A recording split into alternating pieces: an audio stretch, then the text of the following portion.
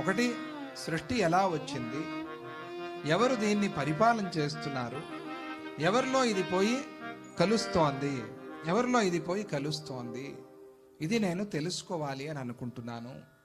దయచేసి నాకు దీన్ని తెలపండి అని ప్రశ్న వేశాడు. ఇక దేవతల వంశాలు, మనువులు, మన్వంతరాలు ఎలా ఉంటాయి, నాకు దయచేసి తెలపండి. మహాయుగం యొక్క కాలం ఎంత, కల్పాలు, కల్ప విభాగాలు ఇవన్నీ ఎలా జరుగుతాయి, ఈ మహాకాలము ఇలా ప్రవాహంగా పోతోంది, ఈ కాలాన్ని ఎలా అర్థం చేసుకోవాలి, ఎలా విభాగం చేశారు దీన్ని, ఈ కాలతత్వాన్ని కూడా నాకు తెలపండి. ధర్మాల్ని తెలపండి. 4 ఆశ్రమాల వారు ఎలా జీవిస్తారు, ఎలా జీవించాలి దాన్ని కూడా తెలపండి. అందరూ బాగుండేందుకోసం ఏ ధర్మాల్ని భగవంతుడు ఉపదేశం చేశాడు దాన్ని కూడా దయచేసి నాకు చెప్పండి అని ఈ ప్రశ్నలన్నీ కూడా వేసి చాలా చక్కటి అద్భుతమైన ఒక పద్యము, ఏ వేల్పు మూలమై ఎల్ల లోకంబులు వర్తిల్లు. అర్థమవుతూనే ఉంది కదా. ఏ వేల్పు మూలమై, వేల్పు అంటే దేవత. ఏ వేల్పు మూలమై ఎల్ల లోకంబులు వర్తిల్లు, ఏ వేల్పు వాసవాది సురలకు నొడయడై శోభిల్లు, ఏ వేల్పు చేత భక్తుల కోర్కె సిద్ధి పొందు. ఎవరిని వాసవాది దేవతలు, ఇంద్రాది దేవతలందరూ నమస్కరిస్తున్నారు, ఎవరి వల్ల మన పనులన్నీ సిద్ధిస్తాయి, ఎవరికి నమస్కారం చేయటం వల్ల కార్యసిద్ధి కలుగుతుంది, అటువంటి ఆ వేల్పు, అటువంటి ఆ దేవత గురించి నాకు తెలపండి. ఏ వేల్పు సచరాచరావళి యందుండు, అందరిలోనూ ఉండేటువంటి దేవత ఎవరు, ఏ శక్తి అందరినీ నడిపిస్తోంది. ఇక ఏ వేల్పు సకల యోగీంద్ర వినుతుడు, అందరూ యోగీంద్రులందరూ కూడా ఎవరికి నమస్కారం చేస్తున్నారు, ఎవరి కోసం వీళ్ళంతా ఇంతింత సాధనలు చేస్తున్నారు, ఇంత శ్రమ పడుతున్నారు, ఎవరది, అది నాకు తెలపండి. ఏ వేల్పు వేదంబులెల్లను తానజై కనుపట్టు, ఎవరు వేదవేద్యుడు, వేదవేద్యే పరే పుంసి అని మనం వింటాం కదా. వేదాలన్నీ ఎవరిని గురించి చెప్తూ ఉన్నాయి, ఇన్నిన్ని వేదాలు ఉన్నాయి కదా, ఇన్నిన్ని శాఖలు ఉన్నాయి కదా, ఎవరు ఆ వేదంలో కీర్తించబడేది ఎవరు, ఎవరిని గురించి అక్కడ తెలుపుతూ ఉన్నారు దాన్ని నాకు తెలపండి. ఏ వేల్పు కథలు విన్న ఇహ పరోన్నత సౌఖ్యంబులెల్ల నాకు కలుగు, ఎవరి కథలు వింటే మనకి ఇహ పరంలో సుఖాలు కలుగుతాయో అటువంటి ఆ దేవత గురించి నాకు తెలపండి. ఇక ఏ వేల్పు విజ్ఞాన కారణంబు, అది ఎవరు సమస్త విజ్ఞానానికి కారణమో అటువంటి ఆ దేవత గురించి. భువనమే వేల్పు మూలమై పుట్టునడుగు, ఇక ఎవరిలో, ఎవరి వల్ల ఈ ప్రపంచమంతా పుట్టి ఎవరిలో అడగు అంటే కలిసిపోతోందో ఎవరాయన, అట్టి వేలుపు మహిమనా కానతి నిమ్ము అని. అటువంటి ఆ దేవత గురించి నా కానతిమ్ము అంటే నాకు తెలుపు అని ప్రార్థన. అటువంటి ఆ దేవుడు ఎవరు, ఇంకా అన్ని ప్రశ్నలు వచ్చాయి కదా. ఈ ప్రశ్నలు మనస్సులో ఉంటే, మనస్సులో పెట్టుకుని దేవుణ్ణి గురించి, భగవంతుడిని గురించి మనం అన్వేషించాలి. ఇవి తప్ప ఇంకేమీ ఉండవు. భగవంతుడికి దగ్గర అవటానికి, భగవంతుడిలో చేరుకోవటానికి, భగవంతుడిని మన మనస్సులో కలుపుకోవటానికి ఈ ప్రశ్నలు తప్ప ఇంకా ఏమీ ప్రశ్నలు ఉండవు. ఈ ప్రశ్నలతో మనం అలా అప్రోచ్ అవ్వాలి అంటారే, అలా ఈ విద్యలోకి అడుగు పెట్టాలి. ఇది విష్ణు విద్య. ఇవన్నీ ప్రశ్నలు, వాటన్నిటినీ చేర్చి ఒకే చోట ఒకే పద్యంగా చెప్పారు. ఎంత అద్భుతమైన పద్యం. అటువంటి ఆయన గురించి అట్టి వేలుపు మహిమనా కానతిమ్ము అని మైత్రేయ మహర్షి అడిగారు. అడిగితే అప్పుడు పరాశర మహర్షి ఆయన చూసి, మంచి సమయంలో వచ్చి మంచి ప్రశ్న వేశావయ్యా, చాలా సంతోషమైంది నువ్వు అడిగే ప్రశ్న విని, మంచి ప్రశ్న ఇది. నాకు నీ ప్రశ్న వల్ల నా పూర్వకథ అంతా గుర్తొచ్చింది అని. ఆయనకే పూర్వకథ గుర్తొచ్చింది. వచ్చి ఆయన ఒక్కసారి అలా వెనక్కి వెళ్ళిపోయాడు. అంటే ఫ్లాష్ బ్యాక్ అంటాం కదా, అట్లా ఆయన కథలో ఆయన వెనక్కి వెళ్ళిపోయాడు. ఎవరు? పరాశర మహర్షి. వెళ్ళిపోయి నాకు నా చిన్నతనంలో జరిగిన ఒక ఘట్టము గుర్తొస్తోంది అన్నాడు. ఏమిటది మీ చిన్నతనంలో జరిగింది అని అంటే, నేను చాలా చిన్నవాడిగా ఉన్నప్పుడు నాకు తండ్రి లేడు, తాతగారే నన్ను పెంచారు. తాతగారంటే వశిష్ఠుడు, వశిష్ఠ మహర్షి పరాశరుడి తాతగారు. ఆయనే నన్ను పెంచాడు. నేను ఆయన చూసి అందరూ తాత తాత తాత అంటే సంస్కృతంలో తండ్రి అని, తాత అని. మనం తాత అనేది దాని నుంచే వచ్చింది. తాత అంటే పితామహ అథవా మాతామహ, అంటే తండ్రి తండ్రి కానీ తల్లి తండ్రి కానీ మనం తాత అని పిలుస్తాం మామూలుగా. కానీ ఇక్కడ ఆయనే పితామహుడు వశిష్ఠుడు. ఆయన ఇన్ని పెంచాడు. ఎవరిని? పరాశరుణ్ణి. చెప్పొద్దన్నాడు ఆయన. చెప్పొద్దు, ఎవరికి? కోడలికి చెప్పాడు, నువ్వు చెప్పొద్దు, నన్నే నాన్న అనుకొని నువ్వు చెప్పొద్దు, బాధపడతాడు అని. అలా వయస్సు పెరిగి పెరిగి పెరిగి ఎలా ఉండాలి ఆ పిల్లవాడి కథ చూడండి. పెరిగి పెరిగి ఒకరోజు తెలిసింది. తెలియకుండా ఉంటుందా? తెలిసింది. దగ్గరికి వెళ్ళాడు. తాత, నువ్వే నన్ను పెంచుతున్నావు కదా, మా నాన్న ఎడి అని అడిగాడు. కనిపించట్లేదే, అందరికీ నాన్న ఉన్నాడు, మా నాన్న ఎడి అన్నాడు. అంటే ఆయన చెప్పలా, మీ నాన్న ఏదో కాలం చేశాడు అన్నాడు. లేదా చిన్నపిల్లవాడు కదా ఎక్కడో తపస్సుకి వెళ్ళాడులే అని. ఆయన అబద్ధం చెప్పలా, ఆయన ఇంకో జన్మలో తపస్సే చేస్తున్నాడు శక్తి మహర్షి. అబద్ధం చెప్పినట్టు కాదు కదా. ఆయన చెప్పలా. వాళ్ళ తల్లిగారు కూడా చెప్పలా. ఈయన చెప్పొద్దన్నాడు వశిష్ఠ మహర్షి. అక్కడ ఉంటారుగా కొంతమంది పిల్లలు, ముందు అసలు వచ్చి పరిగెత్తుకుంటూ చెప్పేవాళ్ళు చాలామంది ఉంటారు. ఏది సీక్రెట్టో దాన్నే ముందు చెప్తారు వాళ్ళు. వాళ్ళకి అది అలవాటు పిల్లలకి. అలా వాళ్ళ పిల్లలంతా ఉన్నారు. వాళ్ళు పరిగెత్తుకుంటూ వచ్చి, నువ్వు ఇందాక మీ తాతను అడుగుతున్నావే మీ నాన్న గురించి, నీకు అసలు ఒక కథ చెప్పాలి.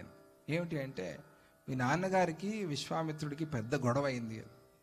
అయ్యో అవునా? పెద్ద యుద్ధం అయింది. వాళ్ళిద్దరూ ఇది బక రూపాన్ని కూడా ధరించి వాళ్ళిద్దరూ యుద్ధం చేసుకున్నారు. అంటే బకం అంటే కొంగలుగా మారిపోయి వాళ్ళు యుద్ధం చేసుకున్నారు.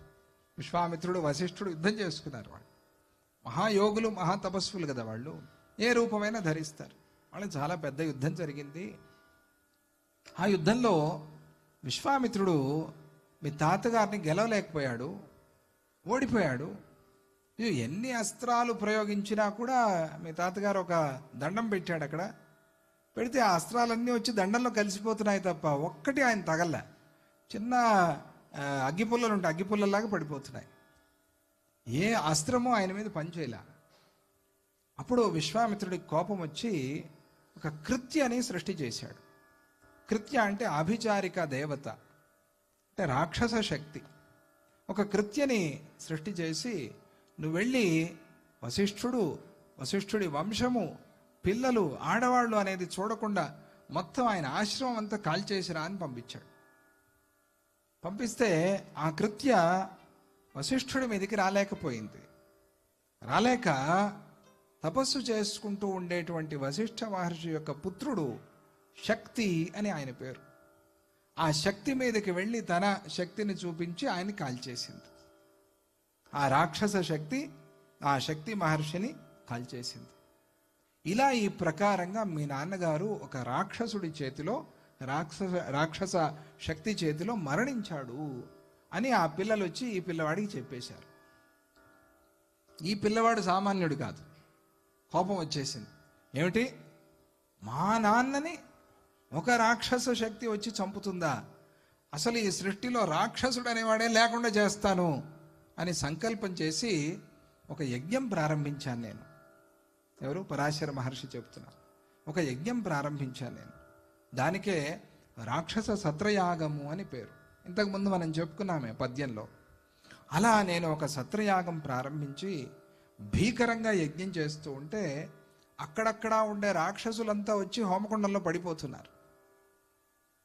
ఆయన ఆ రాక్షసుడు, ఈ రాక్షసుడు అని అందరి పేర్లు చెప్తూ ఉంటే వాళ్ళు గాల్లో ఎగురుకుంటూ వచ్చి పడిపోతున్నారు. ఏదో గాలిలో ఎగిరేటువంటి ఆకుల్లాగా ఎగిరిపోతున్నారు వాళ్ళంతా. మహా రాక్షసులందరూ వచ్చి హోమకుండంలో పడిపోవటం, కాలిపోవటం.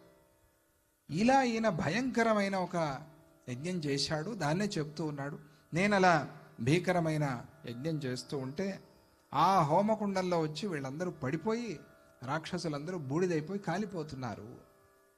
మనం అనుకుంటాం మంచి పనే కదా ఈయన చేసింది అని. తప్పు. ఎవరో ఒక రాక్షసుడు చేసిన పొరపాటుకి మొత్తము రాక్షస జాతినంతా ద్వేషిస్తాను అంటే ఎట్లా అవుతుంది? తప్పు కదా అది. రాక్షసుల్లో కూడా మంచివాళ్ళు ఉన్నారు కదా. ప్రహ్లాదుడు రాక్షసుడే, కానీ మంచివాడే కదా. బలిచక్రవర్తి ఈనాటికి తపస్సు చేస్తున్నాడు కదా. ఆయన రేపు రాబోయే కల్పంలో ఆయన ఇంద్రుడు కదా. ఇంటి వాళ్ళు కూడా ఉన్నారు కదా. కనుక రాక్షస జాతి మీద కోపాన్ని పెట్టుకోవటము అనేది చాలా పొరపాటు. ఆ తప్పు నేను చేశాను. ఇప్పుడు వశిష్ఠ మహర్షి నా దగ్గరకు వచ్చి ఇలా అన్నారు. అక్కడ కూడా చాలా చక్కగా ఒక తెలుగు పద్యం చెప్పారు. ఏమిటికింత కోపము వహించితివన్న. రాయలసీమలో ఏమిటి అని అనరు, ఎందుకు అని అనరు, ఏమిటికి అంటారు. వినే ఉంటారు మీరు, ఏమిటికి అంటారు. కొందరికి నవ్వు వస్తుంది ఈ భాష వింటే. ఇది గ్రాంథికమైన భాష. ఏమిటికింత కోపము వహించితివన్నా. ఎందుకయ్యా ఇంత కోపం నీకు?